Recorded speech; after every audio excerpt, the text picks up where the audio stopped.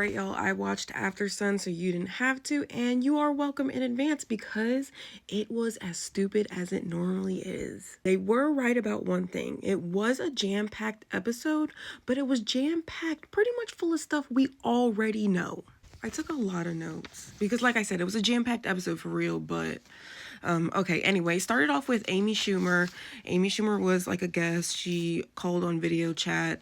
They asked her who her favorites were, and she said Elan and Austin. And I'm like, oh, she must not spend much time on the internet. Like, I'm sure she's busy and she has her family and everything. I'm like, she must not spend much time on the internet because Elan and Austin? It's kind of crazy. She also does not like Nick because she essentially said Nick is for the streets, like he can't be trusted. And then one piece of advice for the Islanders was to blend their contour more. Okay, Cassie was on this episode. Yeah, I really don't have much to say about Cassie. All right, let's get to Ariana. So pretty much Ariana was like, she never really believed in Taylor and Olandria because Taylor was just giving breadcrumbs to her this entire time. Like, he was really not giving her what she deserved. And that's what Ariana said. But she says she can tell they have a good friendship. It was Ariana's birthday, so they gave her a birthday cake. Big old cake. Then we saw the unseen moment, and it was just Amaya talking to herself. Like, it really wasn't anything. Okay, skipping forward to Jeremiah. So he was saying that he went 2 for 2 in the villa, meaning he had 2 baddies, Huda and Andreina, and he thinks he was like a threat to the rest of the guys. He said he actually doesn't get jealous vibes from Ace, but from day one, they didn't see eye to eye, so that was like the problem. On pancake day, he rushed cooking the pancakes, and that's why it was undercooked. He said he normally makes really good pancakes. But he also said that was like an unforgettable day. We know why. Jeremiah also said that Huda had too high of expectations. They got intimate too fast. This is stuff we've already heard before. But they asked what he liked about her. He said he was pretty much drawn in by her gaze, her scent, her smile. She's gorgeous and hilarious.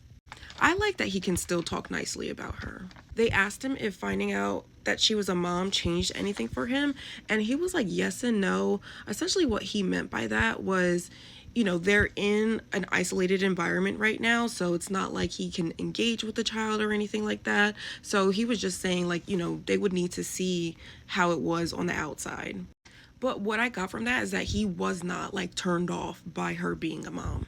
So they asked him if he would have double backed on Huda, and he pretty much was like his older sister would have whooped his ass if he did that. So he was like, no, I'm not doing it. Okay, now about Andreina. He said when Andreina walked in, his prayers had been answered, honey. Obviously, she's beautiful, but he said she made him laugh like no other.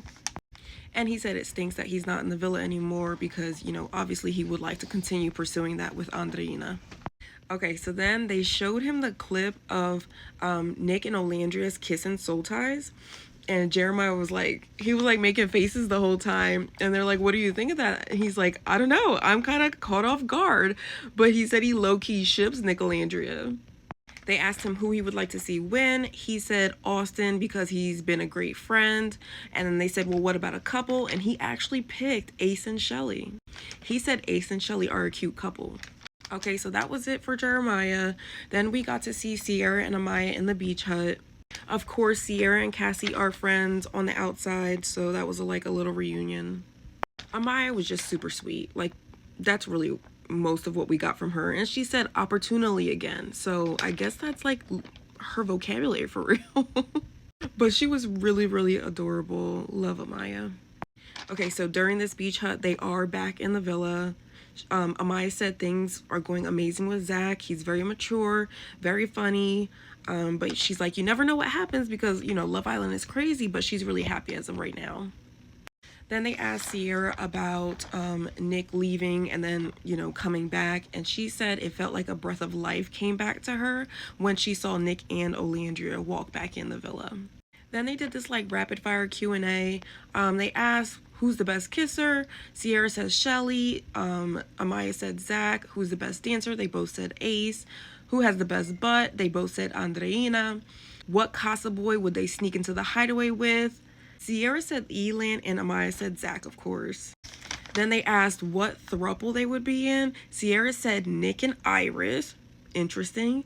And then Amaya said Zach and Pepe, which I was like, girl, Zach and Pepe? Pepe? Mm. Did we know she was interested in Pepe? Have we seen that? I can't remember. Okay, so that was it for Amaya and Sierra.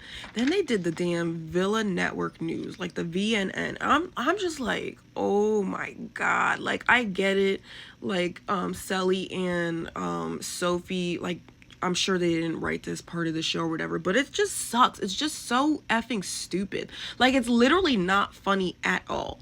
And it's actually annoying. Like, they're trying to be cheeky and cute, and like, it's just stupid. It's really, really stupid, and I wish they would remove it from the show. I mean, the show's bad as is, but then that, like, Villa News Network makes it even worse, in my opinion. So throughout the whole episode, they were talking about Charlie, like here and there, not like the whole time.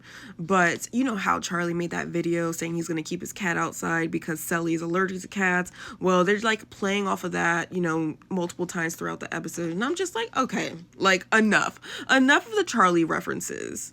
And they're like, Charlie still hasn't called Sally. Charlie still hasn't called Sally. It's like, okay, like we get it. This is not about Sally and Charlie.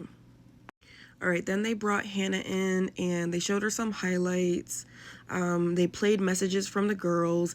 And I thought one message was kind of weird, and that was Shelly's message. Now, I don't know if I'm reading into things too much, right? Okay. But Shelly seemed kind of weird during her message. Like she was saying, you know, I hope you understand our decision. We're going to miss you, things like that. But it just seemed like it just seemed weird. And it low-key seemed a little dismissive.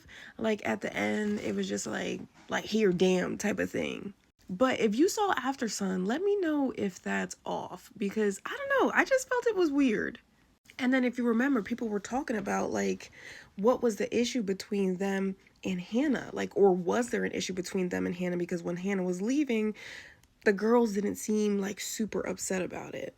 So that honestly kind of like reinforced that thought, you know what I mean? But also I was like, well, maybe she's just tired because I know they have long nights there and they wake up early, so she could have been tired, but I don't know, it was weird. Then Hannah starts talking about reconnecting with Charlie, and it was like a little awkward. Like nothing seemed awkward. Like I felt awkward because I was like, dude, not Shelly sitting right there, and Hannah's talking about reconnecting with Charlie. Meanwhile, freaking Sally's like been talking about Charlie hasn't called me, Charlie hasn't messaged me, or nothing like that. So I was just like, oh, that's weird. We really didn't get much from Hannah. She said Pepe's a really good listener. And when she was leaving, like for a moment, she thought it would be nice for him to leave with her, but like she didn't want him to like stop his experience just because she was leaving. Okay, fast forward, the Islanders or the Casa people who got dumped were there, and they were asked like what their favorite features are. JD said his smile, so I just thought that was funny because people keep making fun of how hard he be smiling. Overall, the Casa people, they liked how Casa was structured because like it gave them, you know, a little bit more power than what normally would happen in Casa Amor. They asked Coco like what she was thinking about her and Ace's connection. She was like she was confident in their connection, but she's happy for Shelly and Ace. She said though if she went in earlier, she would have definitely bagged Ace. Vanna said her and TJ were just not compatible. They were on different wavelengths. Guys, that's pretty much it. The last thing that Sophie said was tomorrow is an unmissable episode. So it better be an unmissable episode after I wasted all this time watching Aftersun. But that's it, y'all. You can catch me on Twitch tomorrow at 8:30 p.m. Eastern. Come watch the show with me. And then we can yap about it afterwards.